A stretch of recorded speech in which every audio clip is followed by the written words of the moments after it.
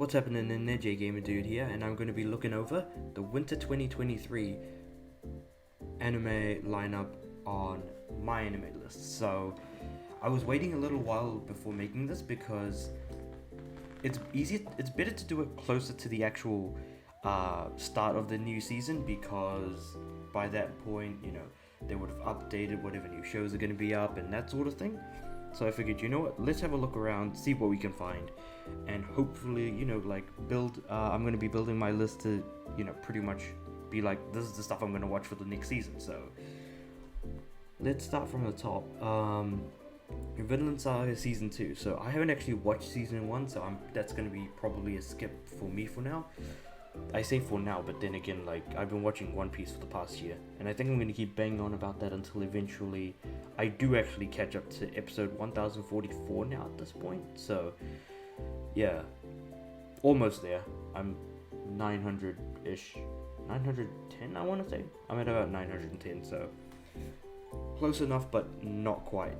But yeah, Vinland Saga Season 2. Heard good things. Hope that it still stays good, but probably not going to end up watching that. Mao Gakuin no Futegeki Shoka Shijo Saikyo no Mao no Shisho Tenshi Sutara. Right. So this is the Misfit of Demon King Academy 2, second season rather. A solid skip. I never was interested in the series at all. Likely will never be. The more I look at it, the more it makes me wonder why. But then again, it could be good. I'm not going to give it the time of day. I'd rather watch something that I enjoy. Which then leads us into Ijirenai de Nagato-san, which I am going to be watching. I watched season 1. I am not going to drop a show even if I don't like it, because you need to know what's bad to know what's good. And yeah, this is an interesting one where it's I didn't quite like the show, but I didn't like it as I thought it was okay, but could be worse.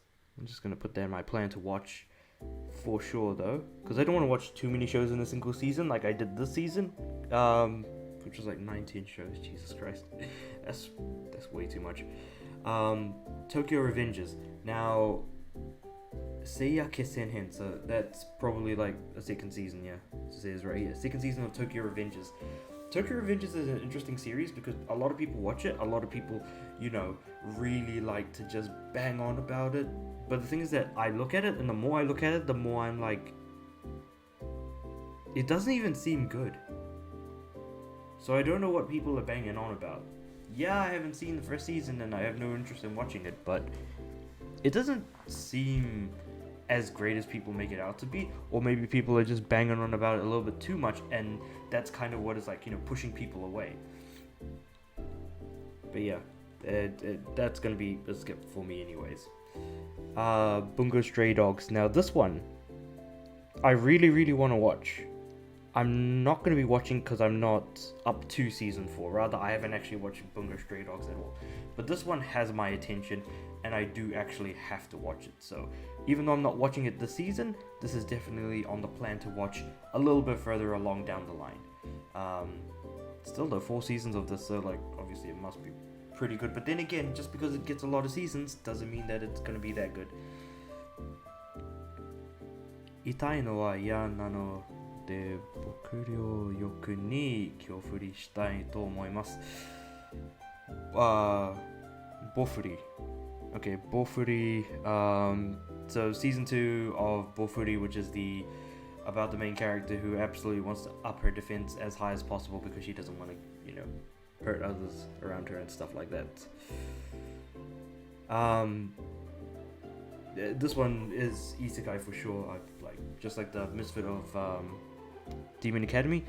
I don't know why Crunchyroll was absolutely banking on advertising this show.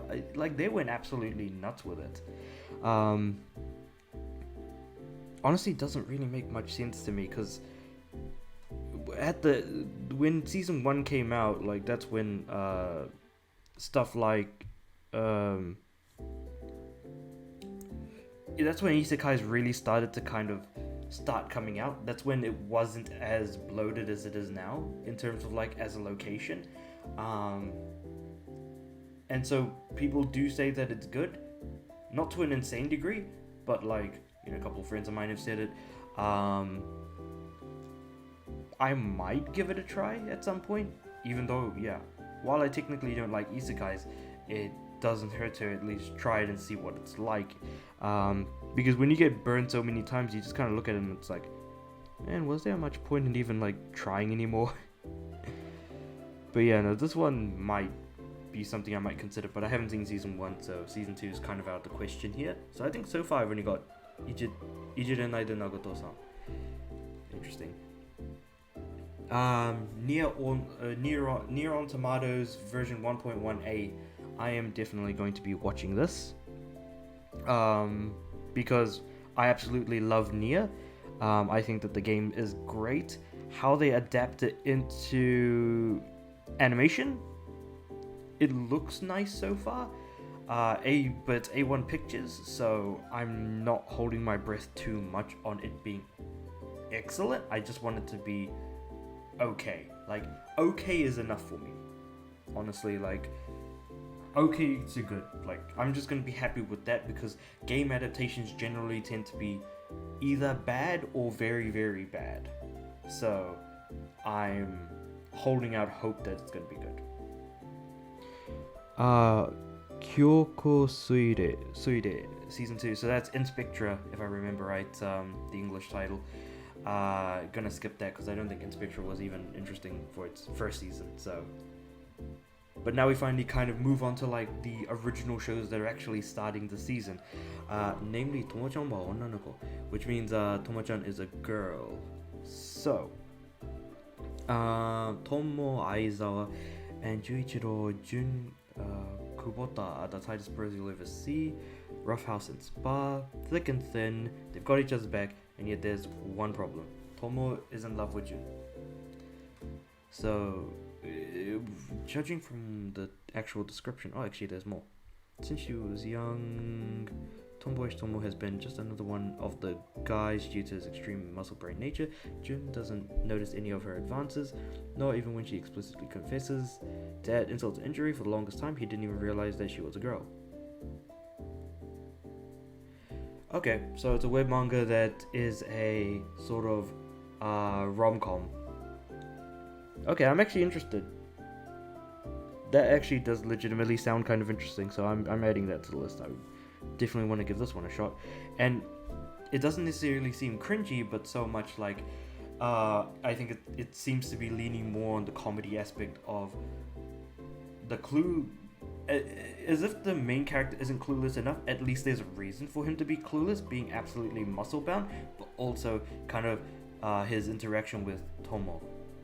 So it's going to be interesting to see how that goes. Next on the list is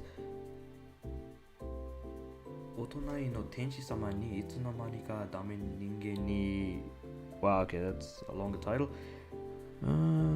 It just stopped at the ni, huh? Ningen ni. I'm pretty sure there's a lot more to it, but with like the ... it's not really helping. Ningen ni sarete ita ken. Sarete ita. The angel next door spoils me rotten. Interesting, okay. After catching a cold by giving his only umbrella to a girl sitting in the rain, Amane Fujimiya only expects her to eventually return it. However, Mahiru Shina, the angel of Amane's school and his neighbor, instead gives him a lot more than just that. Instead of just the umbrella, she insists on returning the favor by helping him recover his cold. However, she is oblivious to the battlefield is Amane's apartment. The only word Mahiru finds from her mouth to describe the chaos is unsightly. But despite her unsympathetic description, Mahiru proceeds to help the hopeless Amane. Otonai no Tenshi-sama ni itsu no mani ka dame ningen ni sarera. This long as title. Sarete ita ken follows Amane as he is taken care of by Mahiru, who attends to various chores from cleaning his apartment to cooking dinner. Okay. Okay. The name gives a lot away. This must be a light novel. Oh yeah, it is. God, why are people expected to have such short attention span that like the entire title gives everything away, but not quite as much detail as say. Well, actually, you know what? Yeah, we already know why that is, because people have way too short an attention span, and they're not gonna read the book blurb in the back. So in order to get people, you need a long ass title to make it work. Another in the rom-com area, Tomo-chan was actually kind of interesting because it leads more into the comedy. This feels like it's going to lean more into the romance, which then puts me off. So if you're going to do a rom-com, I'd rather it just be more comedy or more itchy than it is romance. That's why like something like To Love Ru hits a lot better for me. This one's a giant maybe. I'm not going to add it to the list just yet, but I've only got 2 shows so far that I'm watching. But there's going to be a couple that are going to be carrying over from the previous season, like Digimon Ghost Game, and My Hero, plus, and there's one other show. Yeah, I'll get to it shortly. Danmachi, so, Dungeon ni Deai o motomeru no wa machigatte darou ka? 4. So, part 2 of season 4 of Danmachi. I am not going to watch this because I haven't watched part 1 of season 4, but I have watched seasons 1 through to 3. And the thing about it is that because I think season 4 it was not on Disney Plus, it was on Netflix. It was on, pretty much it was made specifically exclusive to a single platform, which pushed me away from actually watching it, but I do actually need to get back to it at some point. So I'm not going to be watching this during the actual season that it's airing, but we'll watch it later, obviously through some different methods. Yeah, let's leave it at that. Different methods. That sounds good. Next on the list is Spy Kyoshita. After a gruesome war wreaked havoc on the general populace, the government of the world turned to a more elusive tactic to further their agendas, a war fought in the shadows. Lily, beautiful girl with white locks, is a student in one of the many institutions that train youths into becoming capable spies. Unfortunately, despite scoring well in the written exam, she only barely manages to pass practicals with no real-world experience to speak of. Her hopes of graduating are dismal until she is offered an opportunity to join the mysterious team Tomoshibi and partake in an impossible mission. Excited by the prospect of working with the elite, Lily enthusiastically accepts. However, she is struck dumb when she arrives at Kagero Palace and the true purpose of Tomoshibi and its hopeless situation comes into light. Joined by other problematic female spies along with a mysterious young man spearheading the operation, Lily realizes that this is not the ideal escapade she had pictured.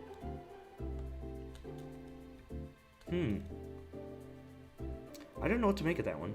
That's okay. Action, comedy, mystery, romance. That is a lot of stuff put together that doesn't necessarily work well together.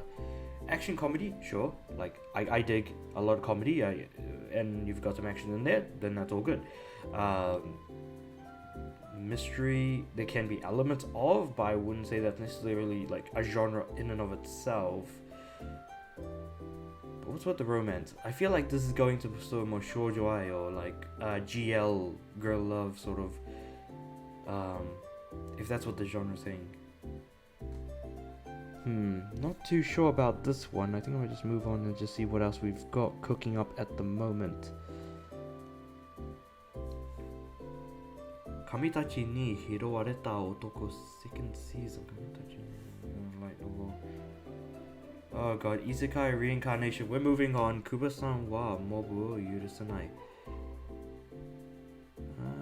What are we looking at here? So it's a seinen school-based manga. A rom-com. Now, does it lead more into the rom or the com? That's going to define whether or not I actually am interested in watching it. High school student Junta Shirashi is a simple goal to fulfilling youth. However, achieving this goal appears harder than expected, as everyone in his surroundings often fail to notice him due to his lack of presence. Okay, so he's the kind of guy who just disappears into the background. In fact, Shiashi's lack of experience is so severe that people think that his seat in class is always empty and mistakenly assumes that he often skips school. A weird rumor in class claiming that those who successfully spot Shiashi will be blessed with good fortune. Okay, that's just being mean at some point. So far, the only person who knows his existence is Nagisa Kubo. The girl seated next to him, unfortunately for him, Kubo likes to tease him on a daily basis. Okay, so this is going down like the teasing route similar to Ijire Naide Nagato-san. You know what? You got me. It's similar enough. You piqued my interest, kind of. It's just seeing how they go about it and whether or not that's actually good or bad. So that's going on the list of things to watch because I'm using my phone instead of my laptop this time since I couldn't remember my password. Kori Zokuse Danshi to cool na Doryo Jose.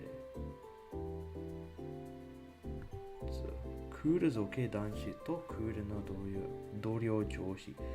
So this definitely feels like it's gonna be more for like older individuals in the group.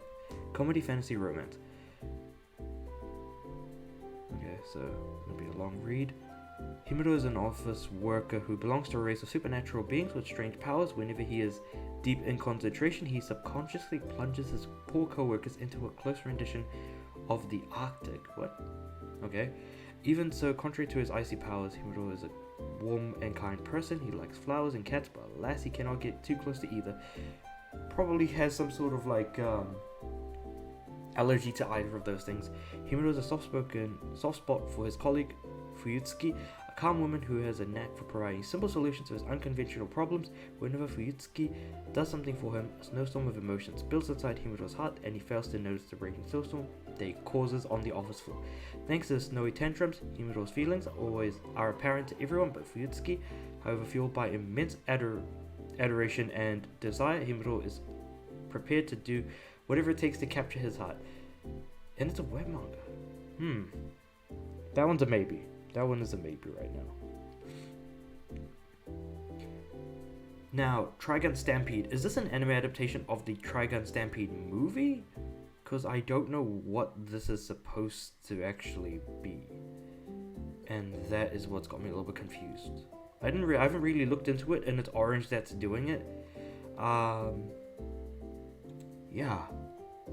I don't know what to make of this one. So I'm probably gonna give it a maybe. That one's a maybe. But now we finally hit a genre that I really like. Comedy and ecchi. Inu ni nattara suki na hito ni hirowareta. Wait, hold on. Inu ni nattara. If I became a dog, suki na hito, person that I like, ni hirowareta. Hold a second. You what now? This feels like it's gonna be of...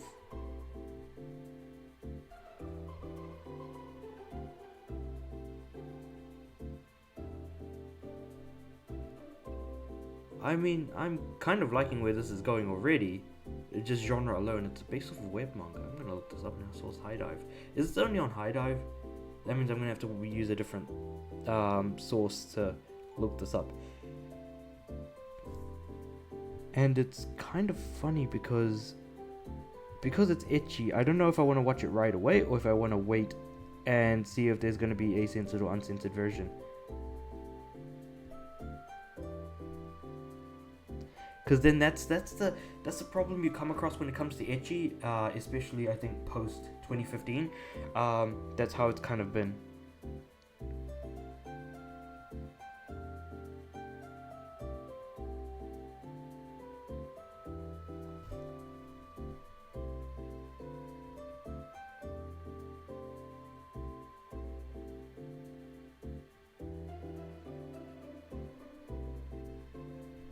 Yeah, I think I've just been looking through like people talking about how there's no nips in the show in question, given that the actual show itself is meant to be ecchi, and the thing is that that's interesting. Okay.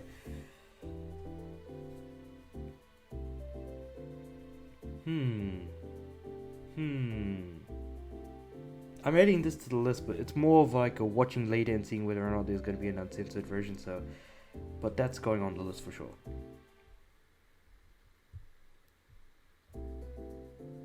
And then next we have is the second season of Shinkai no Mi Shiranai Uchi ni Kachigumi Jinsei. Isekai, moving on.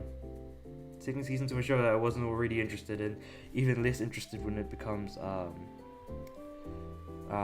when it's a isekai, especially when it's like the first season didn't interest me at all, which was The Fruit of Evolution. That's the English title for it. Eiyo Yubu, I'm gonna go light novel reincarnation. Yep, you've lost me. Isekai Nonbiri Nouka, like you needed to say anymore. Skipping that.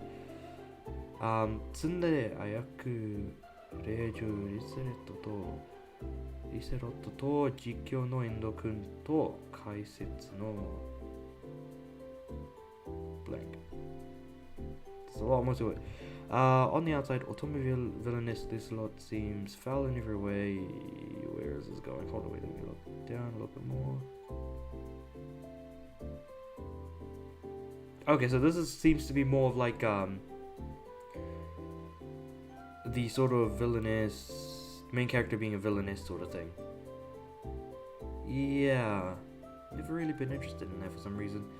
I seem to be leaning more towards slice of life more and more as time seems to go on, and we kind of get a little bit less of that. And then we find ourselves at Onichan wa Oshimai, which I am going to add to my watch list because it's just purely comedy. That much is enough for me to be like, yeah, you know what, I'm into this. But let's just actually read the description in case there's more to it. Mahiro Oyama was just a normal erotic game loving dude until he woke up one day as a woman. Turns out his mad scientist little sister Mihari tried out one of her new experiments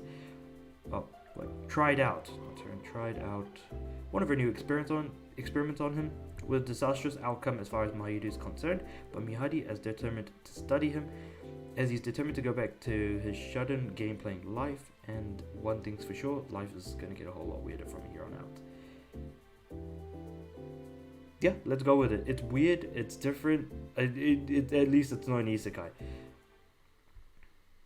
Ningen fushin no bokensha tachi ga sekai o suku you desu. So going adventuring-ish. That seems to be like a big part of this show. Story begins with Nick. Nice thing. An experienced adventurer whose party is led by his mentor and father figure Argus. Following the completion of their latest job, Nick discovers a chunk of the money has gone missing and realizes one of his party members is the culprit. To surprise, Argus forgives the member and instead expels Nick after being accused of also embezzling funds. One night after several weeks in downward spiral, Nick ends up in a local tavern where fate leads him towards three fellow adventurers. After a night of drinking, the four bond over their own betrayals and their destroyed ability to trust anyone. That is when Nick hatches on the idea for the four of them to form a party. Thus the story begins with the party of adventurers united in the belief that humans are bastards and desire to make some honest coin. I don't know what to make of this one. It's interesting because, you know, you try and put like a bunch of like people who get betrayed onto the side, and you're like, okay, let's make also a weird, wacky crew. That can only really work so far. Action, adventure, fantasy. I'm getting... In terms of the world, while not being anywhere near as dark in terms of fantasy and presentation, I'm feeling like this is leaning towards Goblin Slayer, except for it being really puffy and happy instead of really dark. This one's a giant maybe for me. Yeah. I'll ignore that one for now. Saikyo Onmyoji no Isekai Tenseiki.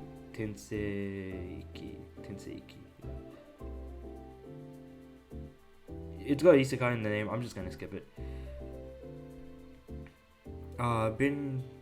Benria Saito-san Isekai ni iku.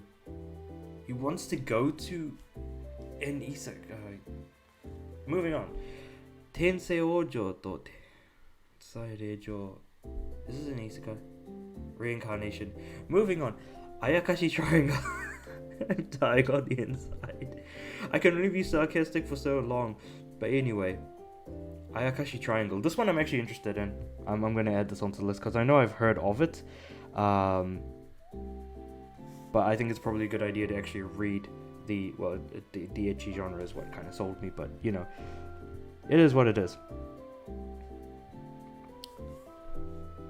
Matsuri, Kazamaki, and Suzukana are childhood friends bonded by their shared ability to see Ayakashi or yokai, in search of a life force to devour. However, in high school, their relationship deteriorates as Suzu one-sided feelings are growing, so indifference to their Ayakashi views.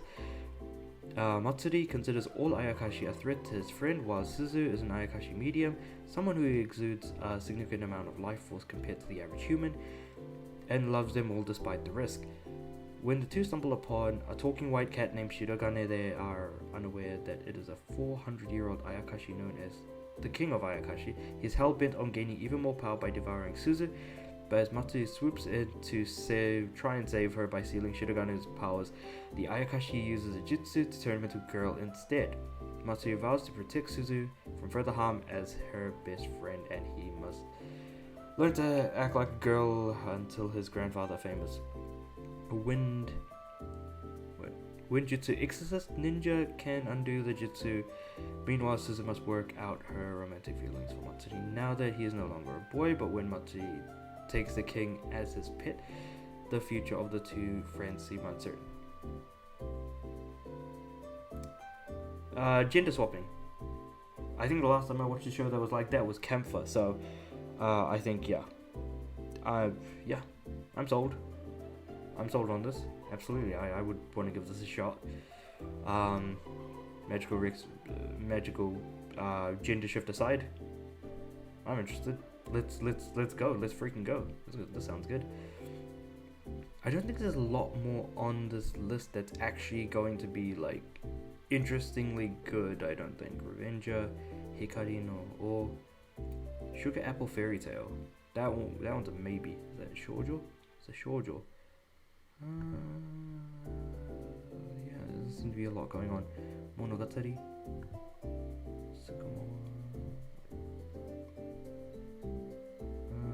Seinen Myth, Oz, Legend of Heroes. That one would have been a maybe, but I'm probably not interested in actually watching that. I'd rather play the game if I'm going to do that. Moipo. What's this? After one last tournament, embarrassing loss of final round. Oh, it's sports. Okay.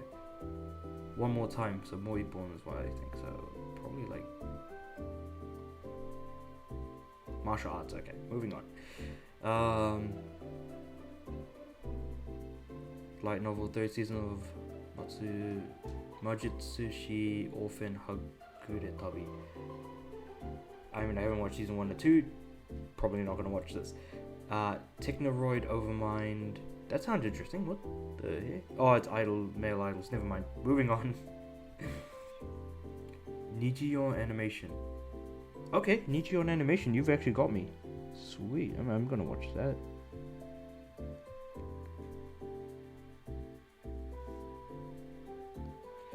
D4DJ. Never actually watched first season, so I'm not gonna be watching the second season. But that was something that I was kind of interested in. What else have we got here? Cardfight Vanguard. Maybe.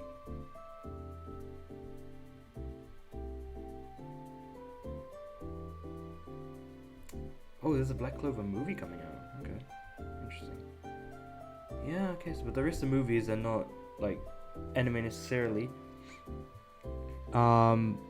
It doesn't actually say here, but things that are going to be continuing for sure that I'm going to be watching are going to be My Hero Academia for sure.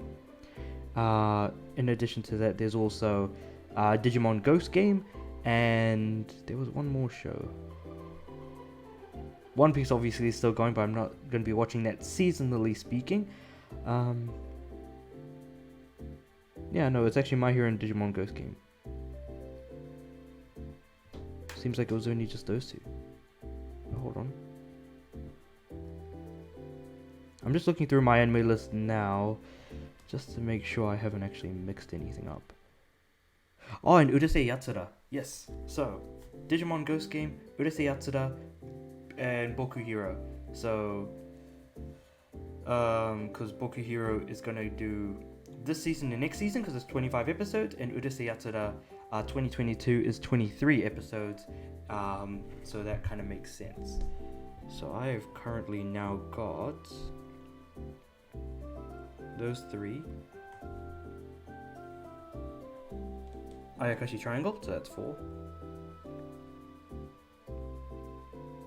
Ichiren Naito Nagatoya-san. The guy who becomes a dog. Kubo-san wa mo borusanai, so Kubo-san, which is the invisible guy. Nier on Tomatoes, Nichion Animation, Oni-chan wa Oshimai, and Tomo-chan wa Ononako, which is about 11 shows together, so I think that's going to be more than enough for me to watch this season. So yeah, I think I've made my list for winter 2023. I have skipped a lot of like the Isekai stuff, but that's because none of that interests me. But if it is something that interests you and you want me to kind of go just as much onto a deeper dive, let me know and I'll see what I can do about that. But otherwise, I've kind of made the list that I wanted to, so I'm going to upload this onto YouTube. And if there's sort of any other comments you want to make, feel free to put them in the comments below. Until then, I'll see you guys next time. Peace.